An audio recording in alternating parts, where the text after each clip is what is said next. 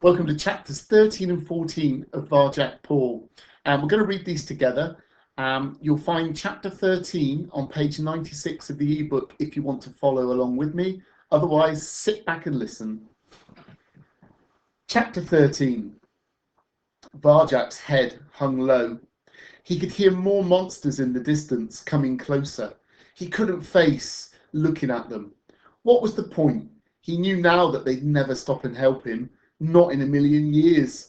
He'd failed to do the one and only thing he'd ever been trusted with. What good was he to anyone?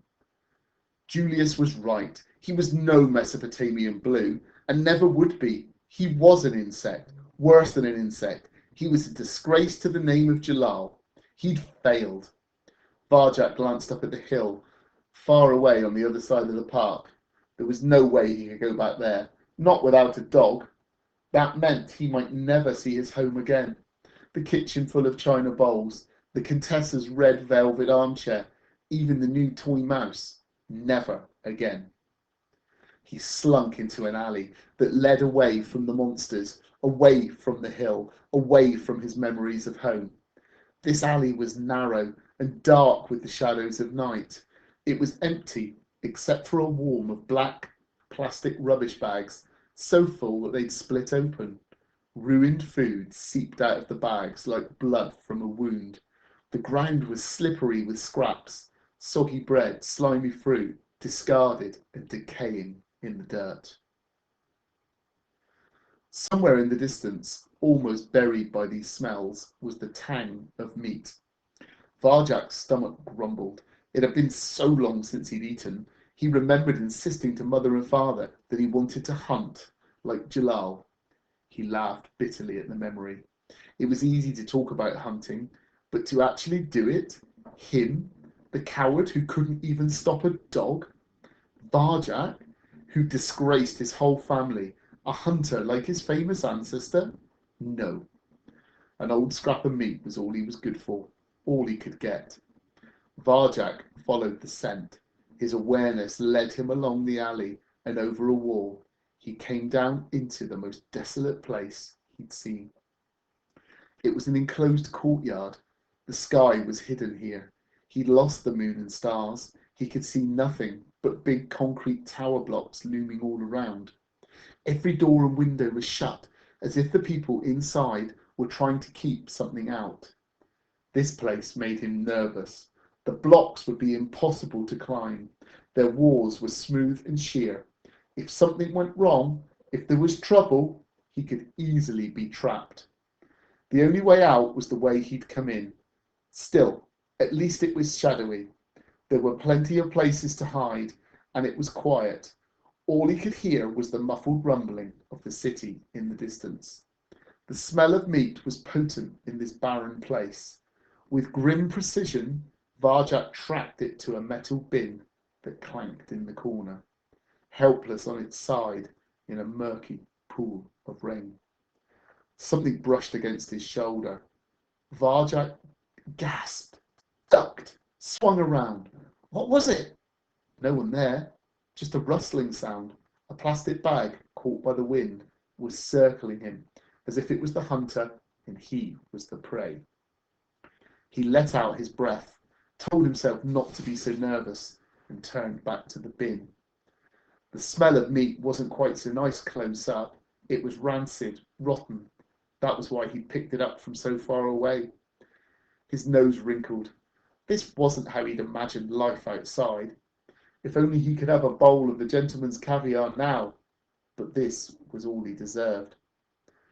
Varjak moved towards the bin, and the world erupted into violence. Out of the shadows, those perfect hiding places, 5 fully grown tomcats sprang. Not one of them wore a collar.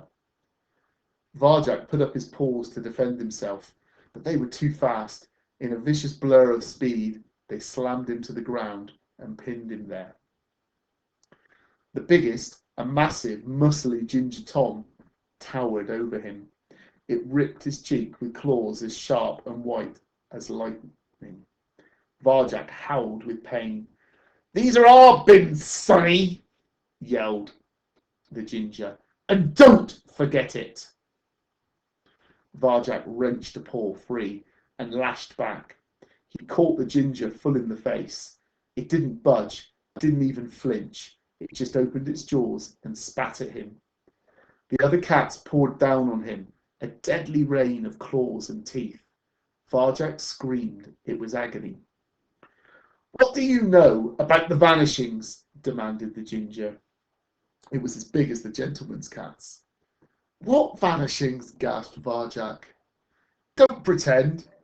Claws raked across Varjak's side. Bony paws pummeled his head. He clenched his eyes tight and curled into a ball. Off in the distance, he could hear a siren wailing. This was it. This was the end. He was going to die alone in this lifeless concrete place, and no one would ever know. A sense of relief washed through him. He was glad it was over. He didn't want to live anymore. He didn't deserve to live, not after he'd let everyone down.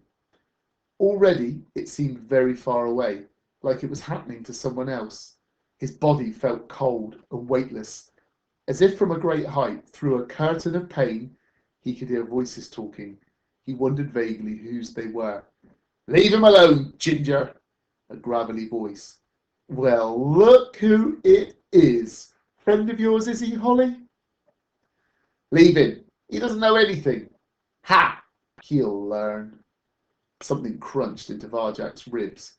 Purple pain seared through his body and faded into black. Chapter 14. Down in the darkness, Varjak dreamed. He was walking by the river in Mesopotamia. Date palms swayed in the warm breeze. The night air smelled of cinnamon. Jalal walked beside him. "Jalal, I thought I'd never see you again." "Why, cinnamon?" said Jalal, as if he hadn't heard. "Cinnamon? Perhaps you have noticed the smell all around us. Now follow me and be silent." Jalal led him down the riverbank towards a group of men. They were sitting around a campfire, cooking food in a sizzling pan. The most wonderful smell in the world came out of that pan. It was toasty warm and cinnamony, and it drove Varjak wild. His nostrils twitched, his mouth drooled. He was starving. A couple of fat, sluggish cats circled the fire. One of the men tossed them something from the pan. Varjak beamed at Jalal. Obviously they were going to join them. He was going to get some of that delicious smelling food. Jalal shook his head. "Those are not true cats. They have forgotten how to hunt. They are scavengers trapped here by their own greed. They have become slaves to the people. They might as well be dead already." Varjak blushed with shame, remembering that scrap of rancid meat he'd wanted so badly in the city. "But what if you're hungry and there's nothing else?" Jalal's eyes blazed amber like the rising sun. "A cat is an idea of freedom made flesh," he said fiercely. "It cannot be tied down. To be truly alive, it must be free, and a free cat hunts. It never scavenges or depends on the kindness of people. It depends only on itself." Varjak looked down at the ground. He wished it would swallow him up. "I failed, Jalal. I failed you. I failed everyone." "It is no failure to make a mistake, my son. What matters is whether you can learn from it." Varjak looked up. The old cat was smiling at him. It was like a ray of sunlight in the night. "I want to learn how to hunt, Jalal." "Then learn you shall." "I shall restore the knowledge that has been lost. I will teach you hunting, for it is the third skill. Now, show me your awareness. Track down that chirping noise you heard when last you were here." Varjak pricked up his ears, determined not to fail again. The noise came from the riverbank. With his sensitive whiskers, he probed the air currents that carried the sound until he pinned down its source precisely. "Crickets," he said. "4. Hidden behind that clump of reeds." "Correct." Jalal glided towards the reeds. Varjak marvelled at the way he moved. He was stealth itself. "When you stalk your prey," whispered Jalal, You become your prey. You make it a part of yourself. Breathe like it breathes. Think like it thinks. When you and the prey are one, you will know its every movement, and then you will move first. That is the secret of the third skill and why it is best done alone. Try it. The crickets chirped on behind the long reeds as Varjak and Jalal crept up to them. Varjak selected his target. He sat stock still, waiting, watching, letting all his awareness flow into the cricket. Every time it shifted, his senses went with it, tracking its speed, trajectory, vectors. He took it all in, as if there was nothing else in the world, as if even he didn't exist anymore. The crickets stirred. They sensed they were being watched. They were about to move. Varjak knew it with absolute certainty. His legs tensed like steel springs, tight, tight, until the right moment came. He uncoiled into the air. Claws slid out smoothly, pinning the prey, forcing it down to the ground. He opened his jaws, prepared to sink his teeth. Enough! Enough! Varjak was shouting. Jalal was shouting. Varjak released the stunned cricket. What had he done wrong now? Jalal took a deep breath. It was a splendid attack. You have the third skill, but this is only practice. You were going to kill it. It's just a cricket, and we are just cats. Remember, you may cause harm only when there is no alternative, only when your life is at stake. You take enough and no more. That is the way the world is made.